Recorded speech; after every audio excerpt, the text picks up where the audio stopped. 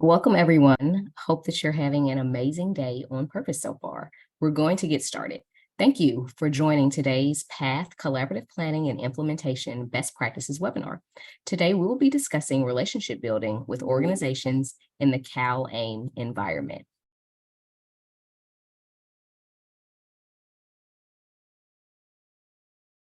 I'll turn it over to Shell Wong. We can go to the next slide. So as Ida said, my name is Shell Wong. I am the Project Coordination Section Chief here at DHCS. And it's really great to see all of the participants that are here today that are interested in strategies to help support your engagement through CalAIM, specifically with ECM and community supports, and the goal of helping to improve the quality of life and health outcomes for our Medi-Cal populations. So joined with me today from DHCS is Michael Weezer, Chief over the Managed Care Program Oversight Branch at DHCS. From our third-party administrator, Public Consulting Group, we have Ida Johnson, CPI co-lead, Rebecca Rose, the CPI Program Manager, and Emma Trucks, a Senior Advisor over CPI. I said we're really excited to have guest speakers today from two of our collaborative facilitators, the Institute for Healthcare Improvement and Transform Health. So I hope you'll enjoy the information and find it beneficial today. And with that, I'm going to pass it back to Ida to preview today's agenda. Thanks, Shell, and thanks to the DHCS team. We will get started today by having our introduction to the PATH Collaborative Planning and Implementation Best Practice webinar series that we're doing now. We're going to have the Institute for Healthcare Improvement, IHI, and they're going to be speaking to communicating your value proposition with other organizations in the CalAIM environment.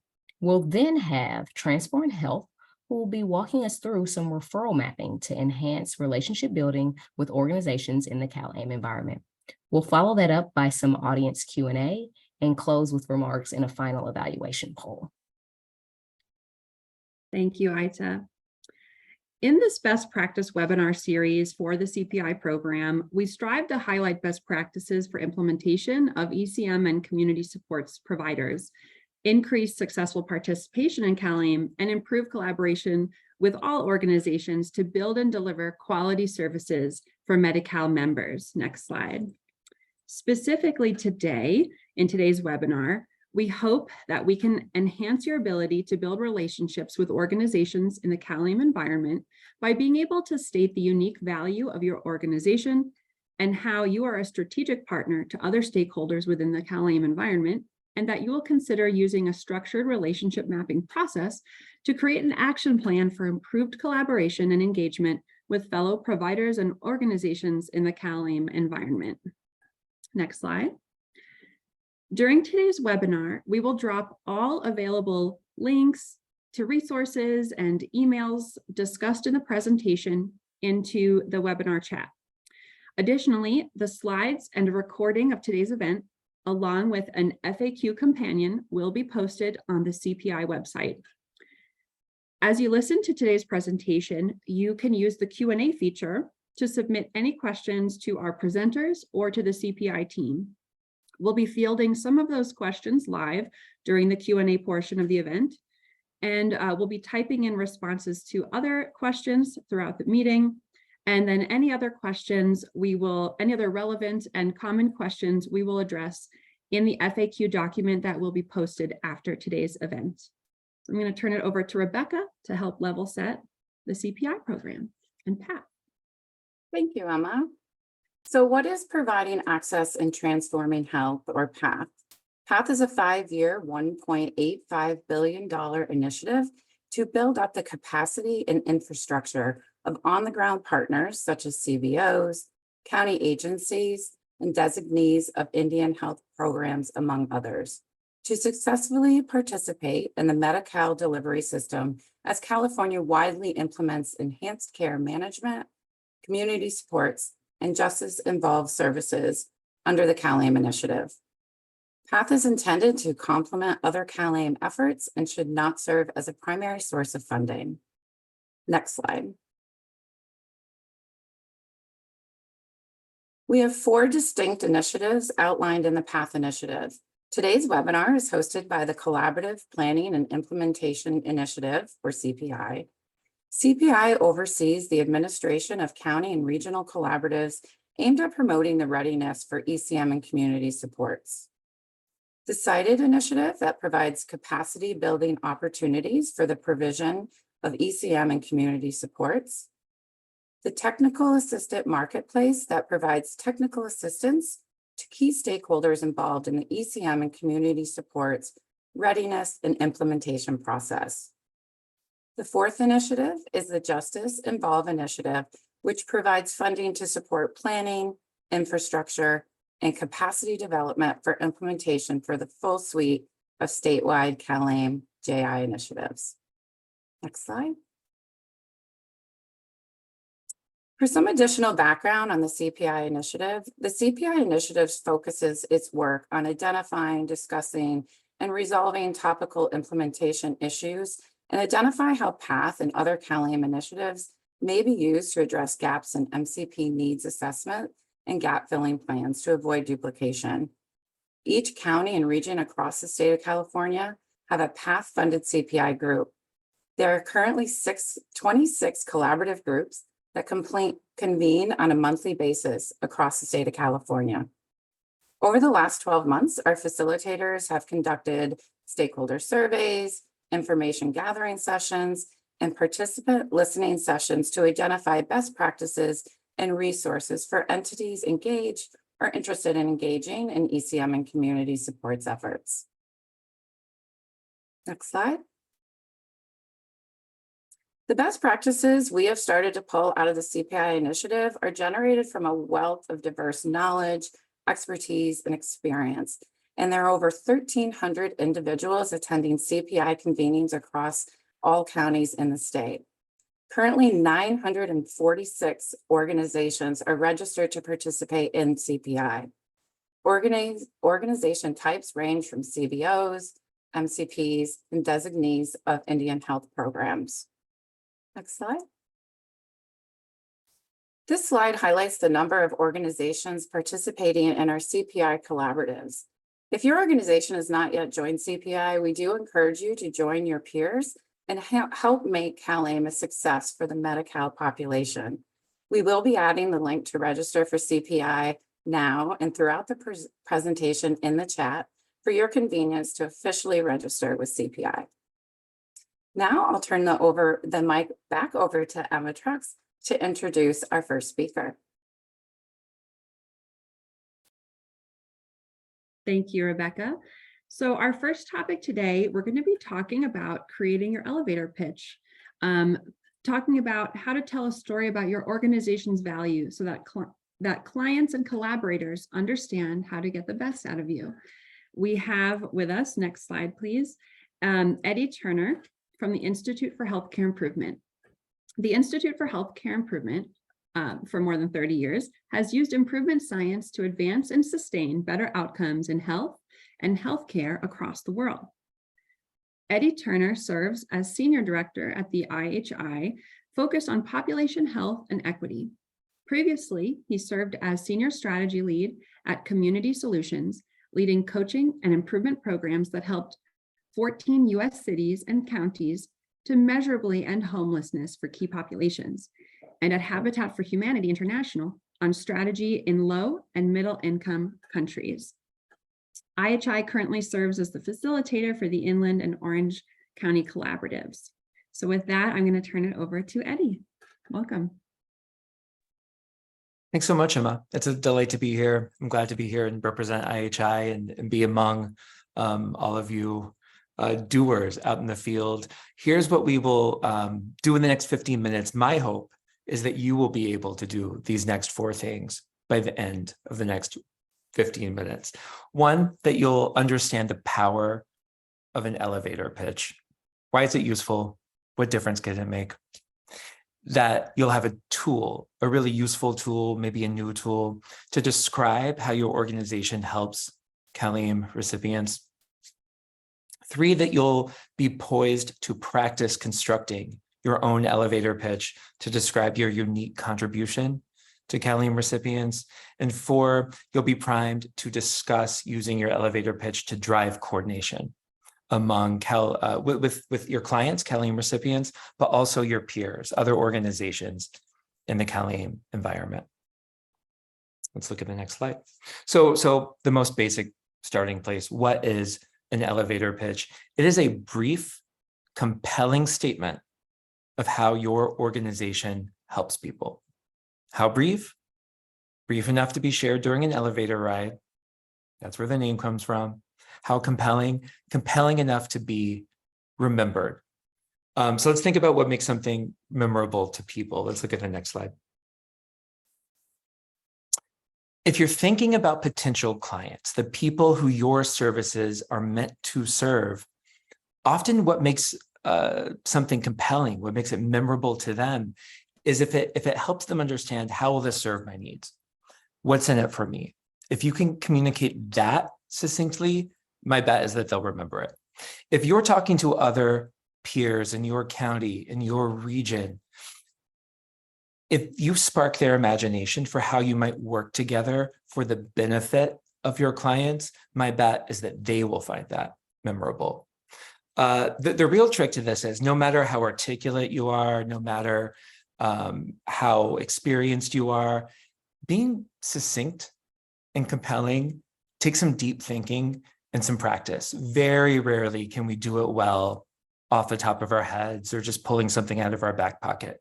So don't worry, I've got a truly useful tool to help you do some of that deep thinking and practice. If we can look at the next slide.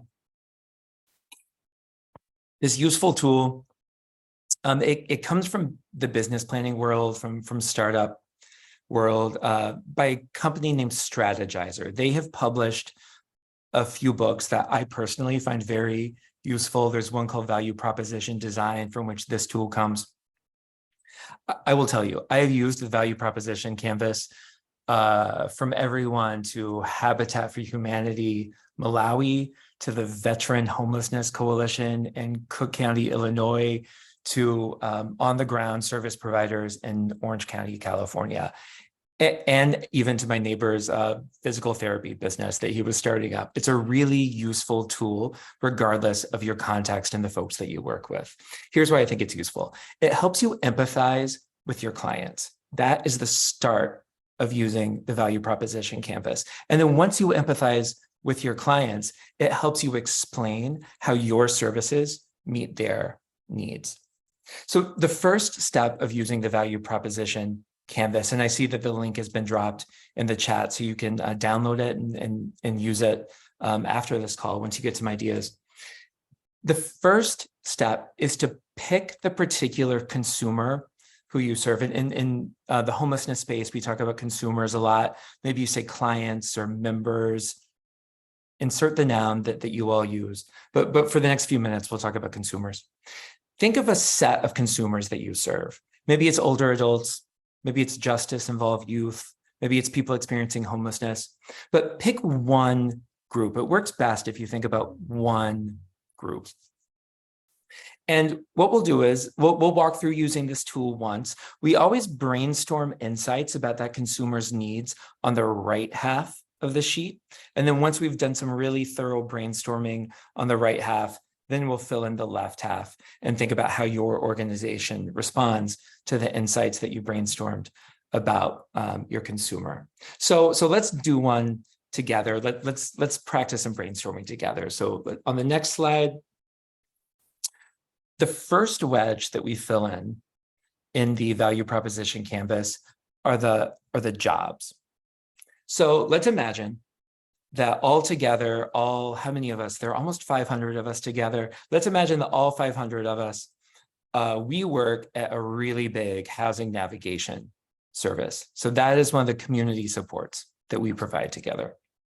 So if we're thinking about our consumer that we serve with housing navigation services, let's say that we serve people experiencing chronic homelessness.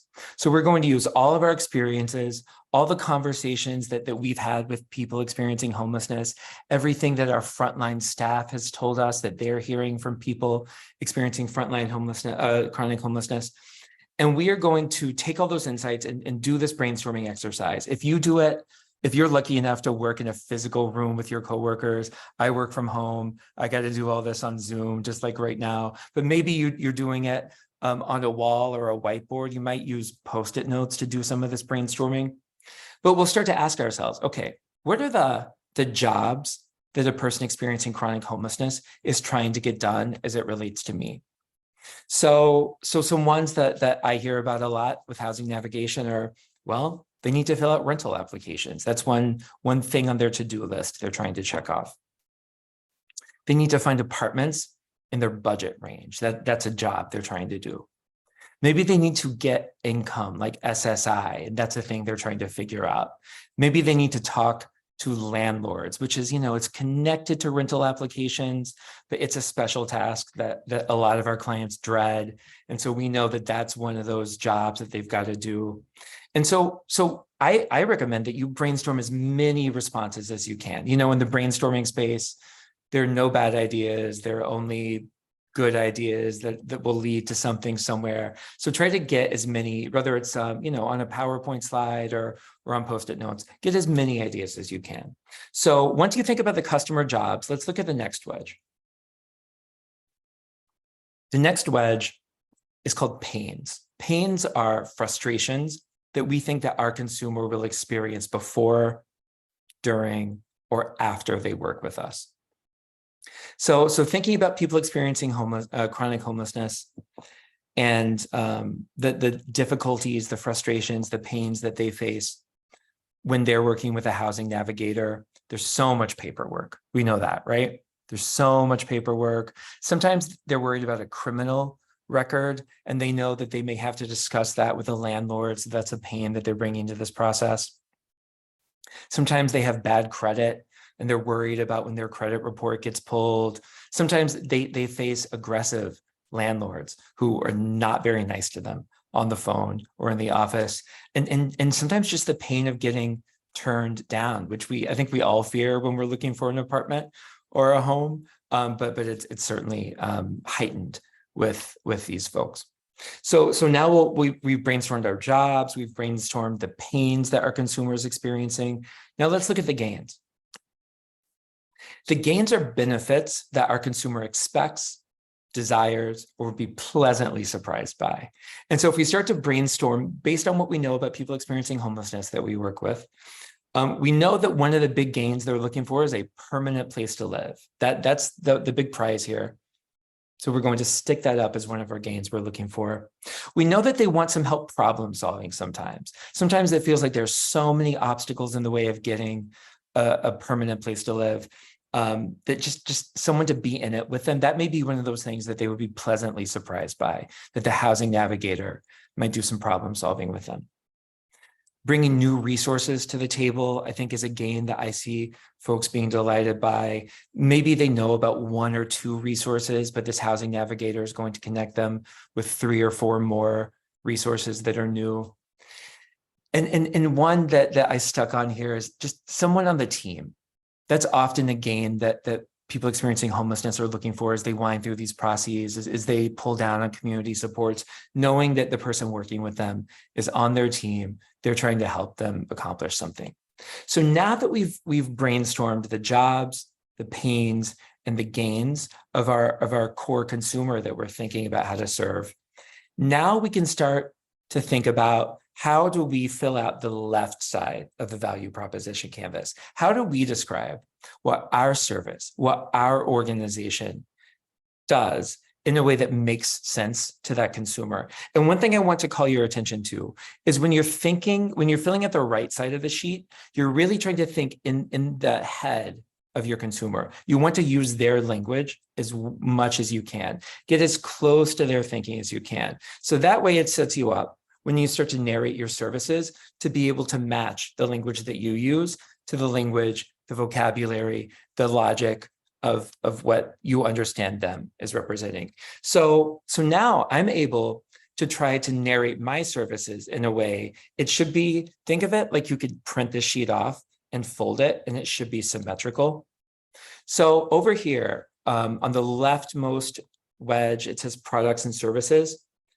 I'm going to look over there at my person experiencing homelessness. They have to fill out rental applications. That's a job on their to-do list. Well, I'm going to help them prepare applications. They have to find apartments in their budget range. Well, I'm going to present them with apartments. They have to talk to landlords. I'm going to help them talk to landlords. I can just mirror that one directly. They maybe have obstacles to accessing SSI. I'm going to connect them with legal aid because I know who to call and I can bring that resource to the table. So you start to see how the way that I describe what housing navigation is, it's not from my brochure. It's not in the language that I might use at staff meeting with my colleagues.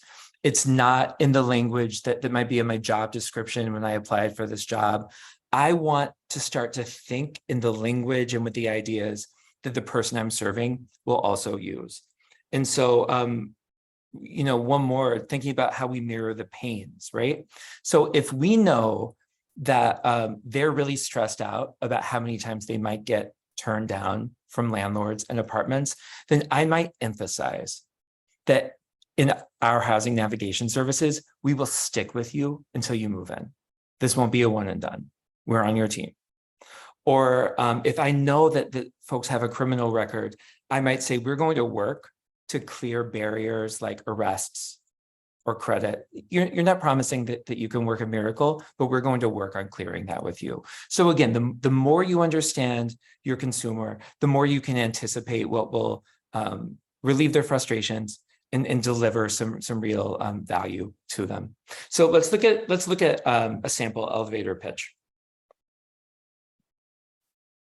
Once you've completed this brainstorming exercise with the value proposition canvas, now you've got all the raw materials that you can assemble in to that brief, compelling statement. This is how you do the thinking. So here's a sample elevator pitch for our housing navigation service. We will sort through the options to help you find a permanent place to live, one that fits your budget, your circumstances, and your preferences. Our housing navigator will stick with you and use strategies to clear barriers like credit or criminal history. That's just 2 sentences that if I'm a person experiencing homelessness, I could hear that and hopefully I would feel reassured. I would know what you're going to do for me. I would also know that if I need something totally different, like I need someone to help me work on accessing my veteran benefits, well, that's not one of the things you mentioned, so I may need to go somewhere else to find that. So it's just a quick, tight statement that tells me some of the ways that you're going to help me. Once you invest some of the brainstorming power, some of the strategic thinking in crafting a little elevator pitch like this, I think there are a couple of ways that you may find it really useful. So let's look at those on the next slide.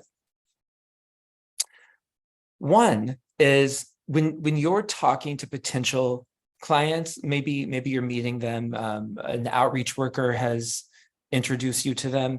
When you share this pitch, they will understand how you can help them, and they will hopefully get some spark of desire in wanting to work with you. It sets their imagination spinning about how they might get a lot of benefit from your services. Here's a second really powerful one though. It's with other providers in your county, in your region. If they hear the succinct and compelling statement about how you serve clients, then it will set their imagination going about how you two might coordinate for the client's benefit. So they'll understand how and when they might refer clients to you, or how and when you two, your peer organizations might need to coordinate on a regular basis so that you can make sure that your plans are coordinated, that your services are coordinated, no clients are falling through the cracks. And in fact, they're getting all the services, like all the range of community supports that they might need as quickly and effectively as they need them. So on this final slide, just a couple of ideas about how you might use this with your team. One, in the link and in the slides when you receive them after this call, in the chat, is the link to the value proposition canvas. I'll tell you, I keep this saved in my Dropbox so that I can pull it out in meetings and share it anytime. I think it's really useful anytime you've got to figure out, what does someone need from me and how can I formulate my response to it? How can I meet that need?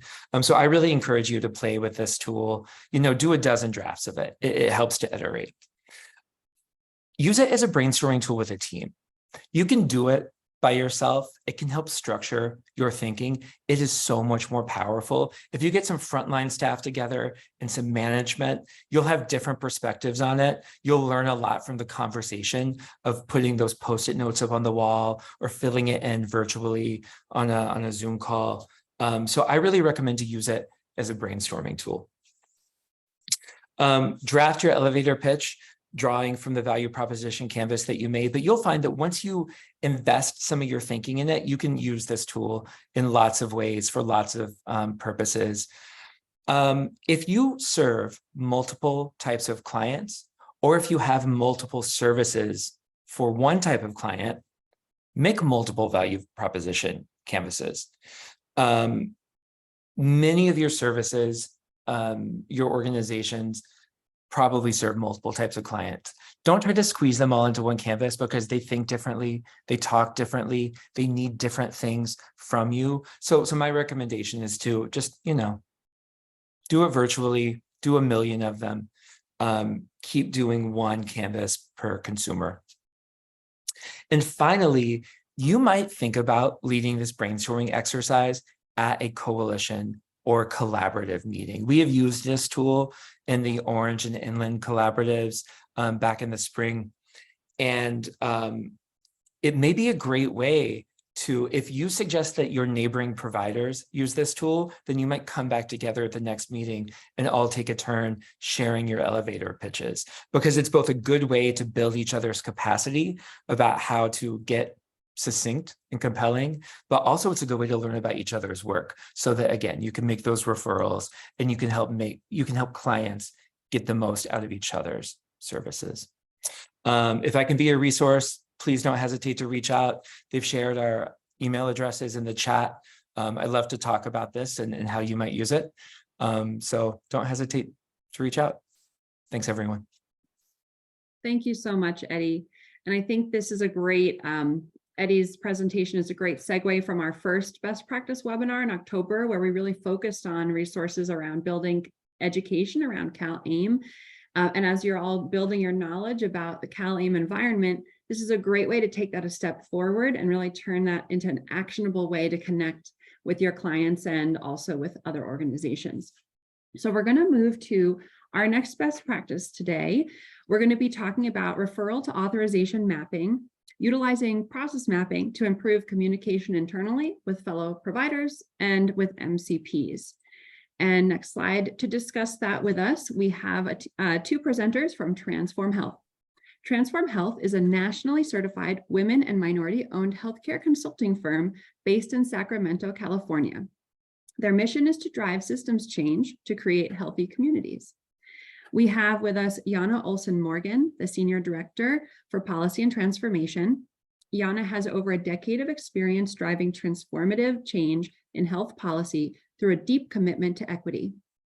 Jana is well-versed in California state policy processes and has experience advising cabinet-level executives while working at the Office of the California Surgeon General and the California Health and Human Services Agency.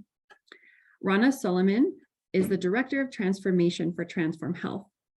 Rana has 15 years of progressive experience working on maternal and child health, women's health, and health policy programming in the nonprofit and philanthropic sectors. The Transform Health team serves as the facilitator for collaboratives in Sacramento, LA, and the Central Valley. And so with that, I'm going to turn it over to Jana to get us started. Wonderful. And thank you, Emma, for that very kind introduction. Good afternoon, everybody. I'm so happy to be here with you all virtually. So before I jump into our presentation, I wanted to walk through some learning objectives with you all.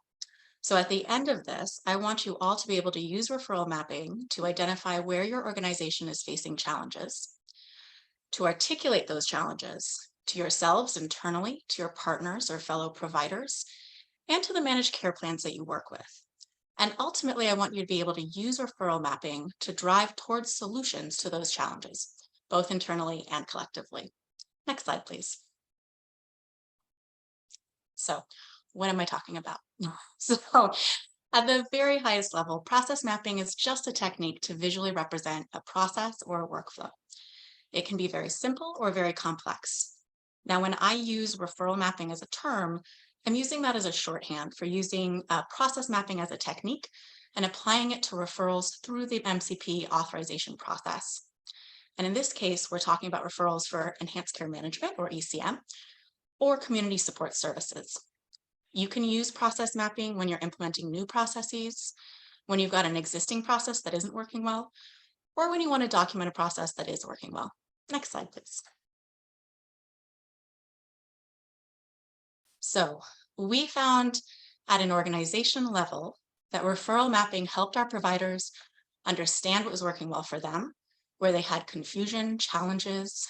It also helped them collectively identify promising practices and successes.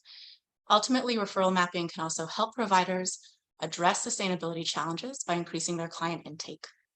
At a community level, we found referral mapping helped us understand the successful referral pathways in our communities and where the gaps were, and enhanced our providers' awareness of other providers in their community and their community network.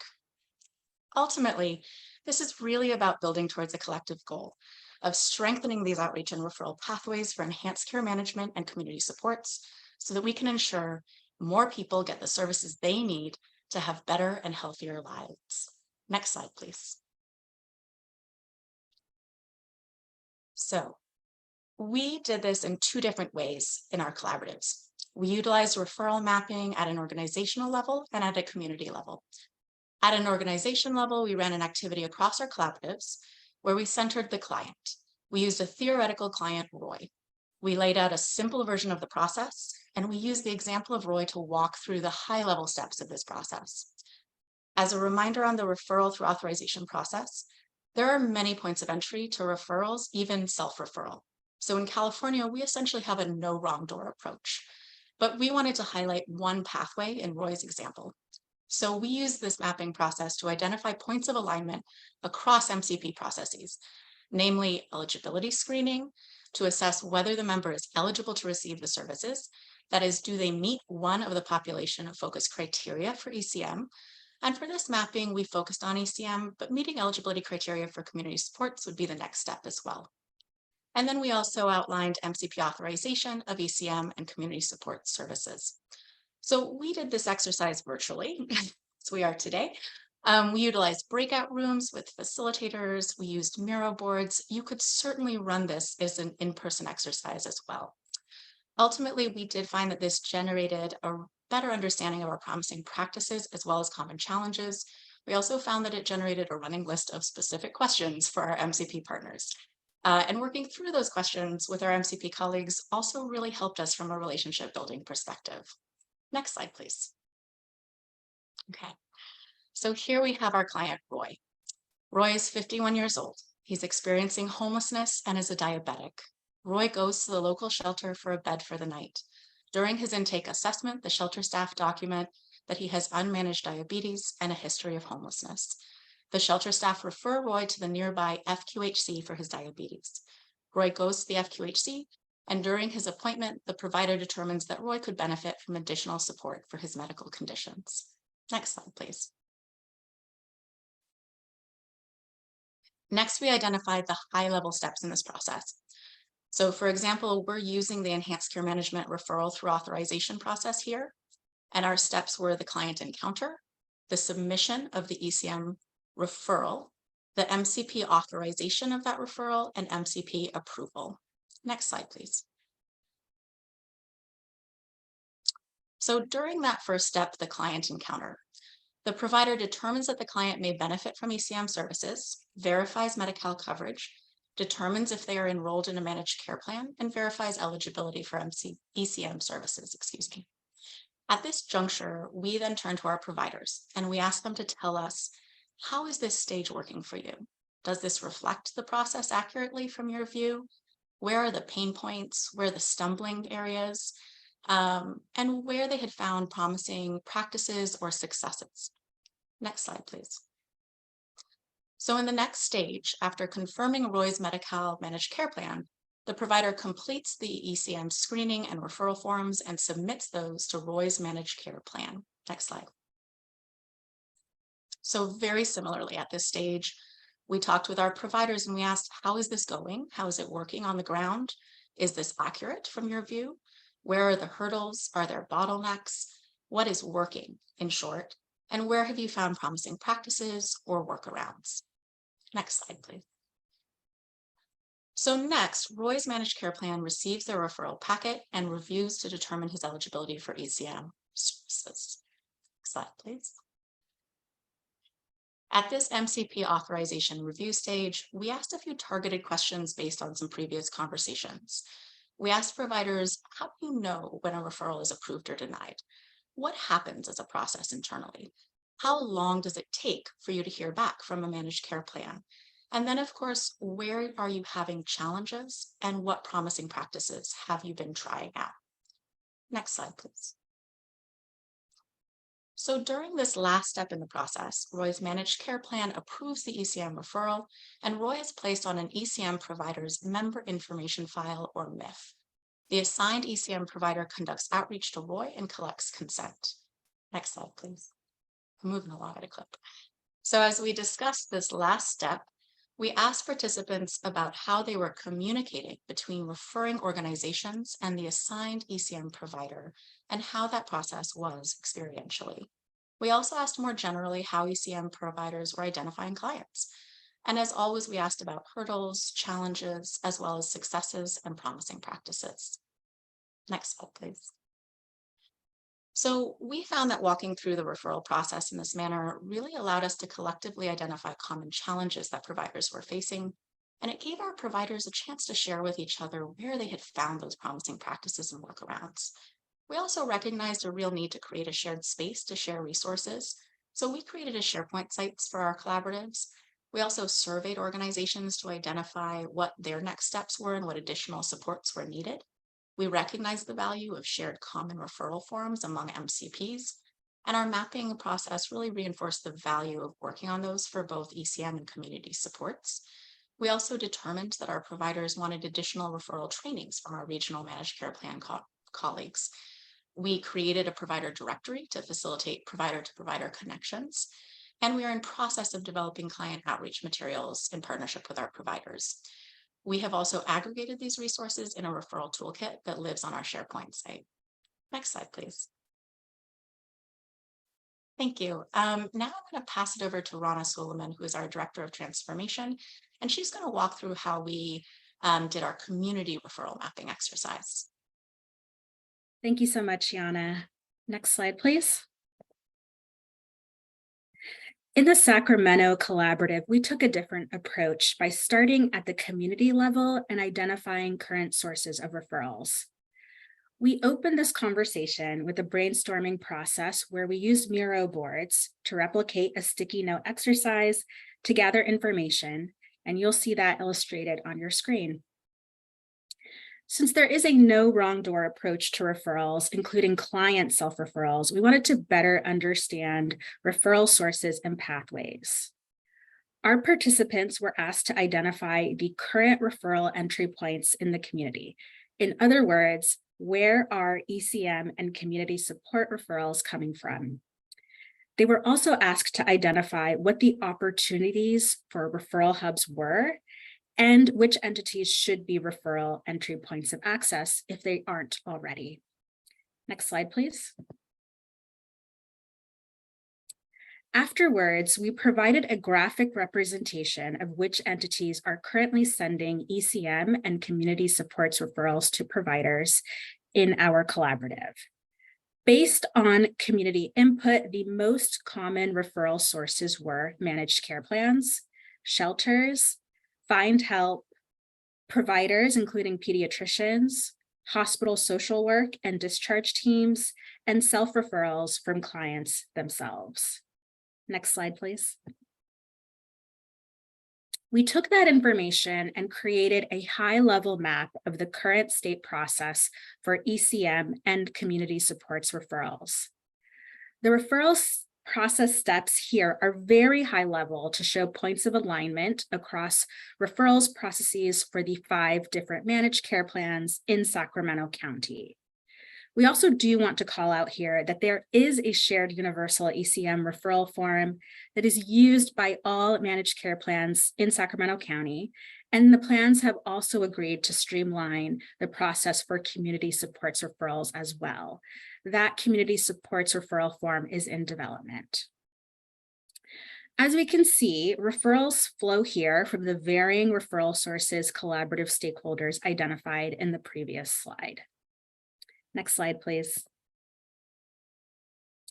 As part of our referral mapping conversation, we conducted a poll asking stakeholders to identify entities they believe would most be impactful in increasing referrals into ECM and community supports. As you can see here, the top responses were clinics and hospitals, community centers, school systems, and 211. Next slide, please. We considered different options in streamlining the referral process and increasing ECM and community support referrals. And what we landed on was the concept of high impact referral points. These would be trusted community entities that, 1, may serve a high volume of ECM and community support eligible individuals, 2, interact with providers who engage with this population, or 3, serve as a major access point for referrals into a range of programs in the community. The reasons for doing this include these entities can be part of efforts to educate the community about ECM and community supports as they are trusted messengers. They can facilitate easier navigation for both beneficiaries and clients. They decrease resource silos and ultimately increase overall number of referrals and enrollments into services. On the right side in the green, you will see a list of potential entities that could serve as high impact referral points. Again, these were entities identified by stakeholders in the poll discussed on the previous slide. And then this is the desired high-level map of the future state process for ECM and community supports referrals, integrating the high-impact referral point model. Within this model, smaller entities or organizations can refer through high-impact referral entities or make their own referrals into ECM or community support services.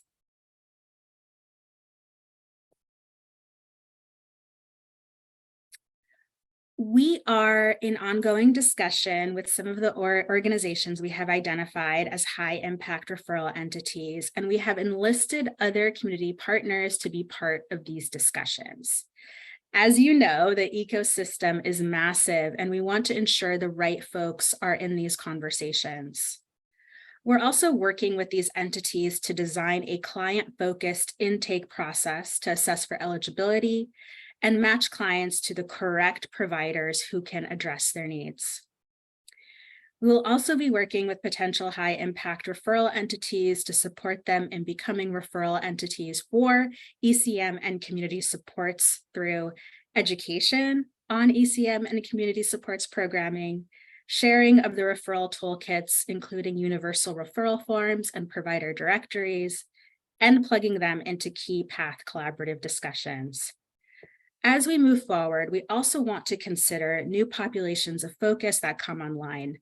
For example, who might the high impact referral entities be for the birth equity population of focus? Additionally, we also want to consider other interdependencies that will allow us to get to the future state.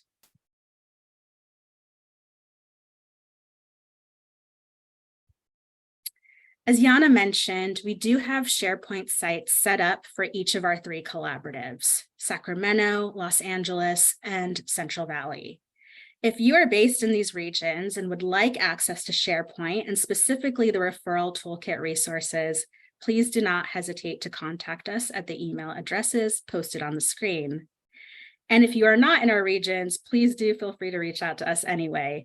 We're happy to provide specific resources that we referenced today. Thank you for your time and attention today. Please do not hesitate to reach out to us. We would love to hear from you. And I'll turn it back over to PCG. Thank you so much, Rana and Yana. As a quality improvement specialist myself, I love any opportunity to do process mapping. I think it can help solve nearly any problem. And I really appreciate you contextualizing it in terms of the Calium environment and the goals that we have in the program. I'm going to turn it over to Aita. We're going to transition to questions. Thanks so much, Emma. Thanks to all of our presenters today. This was really, really good content, and we have some pretty good questions that have come into the queue. So we're just going to jump right in. Number one is for both Transform Health and IHI. So let's have Eddie go first. How do we use these great tools for things like cold calls with potential ECM clients who think that we're scam calling? I think that would be a great question to take up in a collaborative call, because I'd love to hear from frontline workers who are dealing with that. Yeah. From frontline workers I've talked to, I can just off the top of my head tell you that being as specific as you can, as quickly as you can in that phone call about where you got their name, who referred you, that the case manager who referred you, or the organization who referred you, like say proper nouns that they may have heard recently, could ground you in some credibility. That's a tough one though. Other thoughts? Yeah, Yana, did you have other thoughts that you might want to add on this one? Yeah, and I'll just endorse, I think, as Eddie mentioned, being really specific and using those names that might create sort of shared understanding is really helpful. We have heard this as a real example in our collaboratives, so I want to acknowledge that this certainly is happening on the ground. And I know that the state is working to sort of increase awareness of the program, which I think will also be very helpful. We have also found that you can't underestimate the value of kind of both being persistent, but allowing people to have time. So we've heard specific cases where calling, using those detailed references to organizations, providers that may be familiar, and then perhaps allowing people time to, look something up on their own, and setting a time when you're going to return and call them once more when they might feel a little bit more assured. At least in one provider's case, that was an approach that worked for them. Thanks so much for that. Yeah. This is all good stuff and feedback, and I definitely think that it would be a great conversation to have at the CPI level with those providers. So our next question, we're going to go to Rana for, can you restate your data sources that inform your process mapping? Sure, happy to do so. So we worked with collaborative members. We did in-session polling and information gathering through the Miro board sticky exercise. We also have recently sent out a follow-up survey to all of the contracted ECM and CS providers in Sacramento County, just gathering again referral source and pathway data. So we can update the collaborative on what's happening, especially since new populations of focus have come online since we did the original referral mapping process exercise. Thank you so much for that, Rana. It's super helpful. Okay, our next question goes over to Eddie, and I know that you also answered this in the Q&A, but it'd be good to have you verbally answer. How do you merge value propositions for multiple stakeholders into one pitch? I wondered what my question back is, what's the occasion to do that? Who's the audience if you want to do that? Because it's unlikely, I think it's hard, I couldn't instantly imagine a situation in which you'd be, talking to one individual who falls into multiple populations. They're very different from one another. So some of the questions were about talking to health plans. So it made me wonder, whoever your audience is that you're communicating to, you might want to fill in a value proposition canvas with them as the target consumer. Maybe it's a health plan, maybe it's one of your peer organizations in the county, but think about what are their jobs, what are their pains, what are their gains that they're after, and just, don't spend more than 10 minutes doing it. Do like a quick round of it.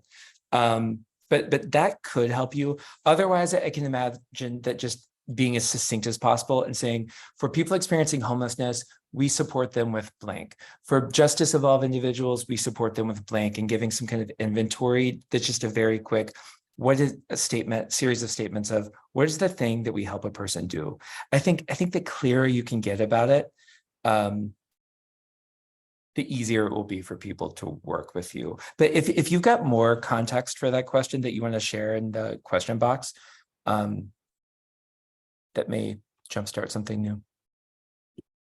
And if I may, I just wanted to add on to Eddie's answer that this has been something staff have asked me recently, and so I think one valuable approach is usually these elevator pitches are happening in conversation.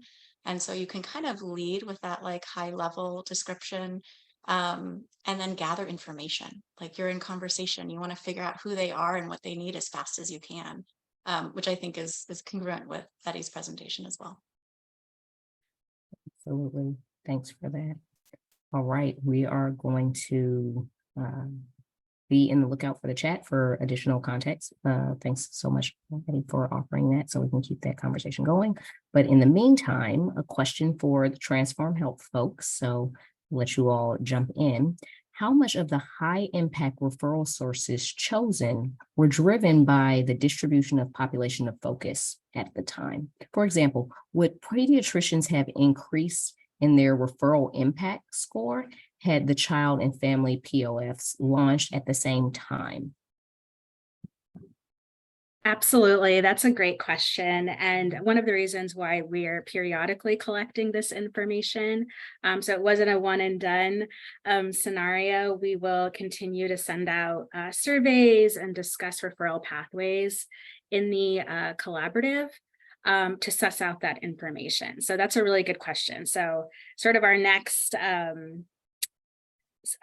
issue that we really want to focus on is referral pathways for the birth equity population of focus that's coming online soon. So it is an iterative process, I should say, here. All right, thank you so much. And we have a follow-up for the proposition, the value proposition merging into an elevator pitch. So what I'm hearing is that you have separate value propositions, so elevator pitch / elevator pitch, depending on the audience, right? I was imagining turning into your ECM mission statement pitch. That's so interesting. Thanks, Julia, for sharing that. I think that the value proposition canvas is one tool. I think you'll probably need a separate tool or a separate process to get all the way up to a mission statement. Just one way I might think about getting that ball rolling is if you could work yourself up to having, the main client types that you serve, the main consumer types, whatever noun you use, and being able to list out like, here are all the services that we provide the different clients. If you could list out those services, then that might start to put you on the pathway to generalizing in a helpful way of saying like, look, here are like the 9 ways that we help people, regardless of who they are. Here are like the 9 big ways that we help people. What are the common themes there? What are the underlying, what are the common themes? What direction do our services kind of push people in? I bet if you were to do some analysis, once you list all those out, it would move you in the direction. But I think this tool by itself might not be sufficient to get all the way to a mission statement. But I think turning to, if you've got coaching as part of your collaborative, a coach might help you think about that. I think also your peer organizations. Find one of your peer organizations in your PATH collaborative who has a really clear mission statement, and you might ask them, what was your process to get there? Lean on your neighbors and peers. They might have some really great tools or process notions for how to get to that. Curious if my peers on camera have any additional thoughts on that.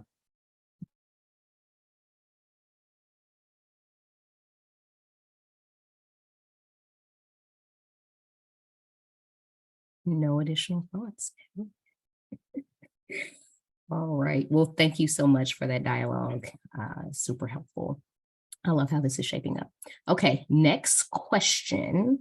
Have there been any roadblocks pertaining to sharing information, the confidentiality, right? This is the thing that no one wants to talk about, but everyone wants to talk about, from the referral process and services provided to some referrals? Roadblocks. Any of you all I see you all digesting that. If anyone wants to jump in, this is a more general question. Yeah, and I'll answer and then allow space for Rana to add any nuance, which I will undoubtedly miss. But the short answer is yes. So we certainly sort of time and time again come back and talk with providers about the importance of our underlying infrastructure to share data. And this is not a DXF webinar, but I will put a plug that the data sharing agreement, the work that the state is doing through the DXF to really address some of those data sharing roadblocks is just critically important. I think some folks see it as external to CalAIM, sort of technically. For me, all of that work that they're doing through the DXF efforts, which includes funding, I think 12/15 is the deadline, so I'll put in a plug to look it up quickly if you're interested. But all of that is really foundational to allowing us to be truly successful in understanding and sharing data from a provider level, also at a policy level, so that we can understand what's working. And so with that, I'll pause and let Rana sort of layer on any answer. Yes, thank you, Yana. Just want to reiterate the points Yana made around sharing of the DXF and data sharing framework. But also, I think we're really cognizant of reiterating, rules and guidance around sharing PHI and PII within the collaborative and, amongst providers and most of the providers we work with are really well versed in that guidance. So it hasn't been a huge concern yet for the Sacramento Collaborative, at least. Thank you so much. All right, and we're going to have just one more. I think we'll go ahead and transition there as I'm noting the time. And so I am going to turn it back over to my colleagues to wrap up. Rebecca, you are up. Thank you, Ida, and thank you everyone again for your time today. As we begin to near the end of this very informative webinar, we would like to remind all of you, if you haven't already, please do register and join a CPA collaborative in your region. The registration link is now in the chat.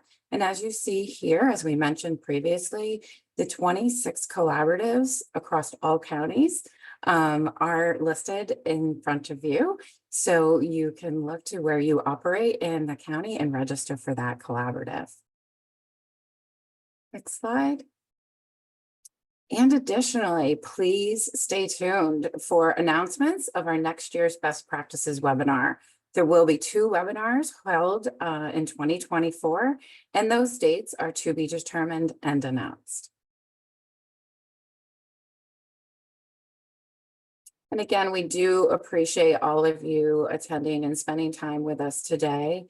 And before you exit, we do humbly ask that you take just a few seconds to answer our poll that you see here on the screen. It just helps us to ensure that these events are as useful and as engaging as possible. So again, we do ask you before you exit today's webinar to take a minute to respond to our evaluation poll. We appreciate your feedback and your participation today. Thank you everyone for attending and have a great rest of your day.